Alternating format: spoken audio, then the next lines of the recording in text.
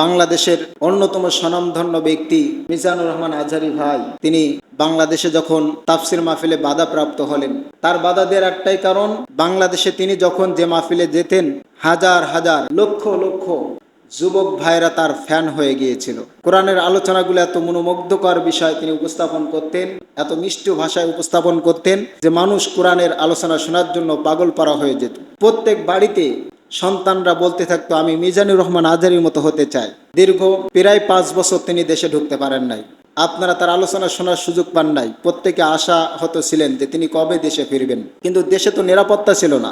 বিগত 2 দিন আগে তিনি আগমন করেছেন, আলহামদুলিল্লাহ।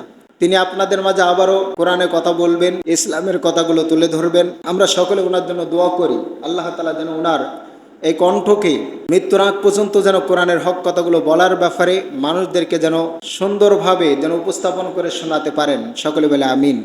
সম্মানিত হাজিরিন, আরেকটি বিষয়, গেল কয়েকদিন আগে বাংলাদেশের আল্লামা দেলোয়ার হোসেন সাঈদী সাহেবের পরে যার অবস্থান আপনাদের হৃদয়ে রয়েছে,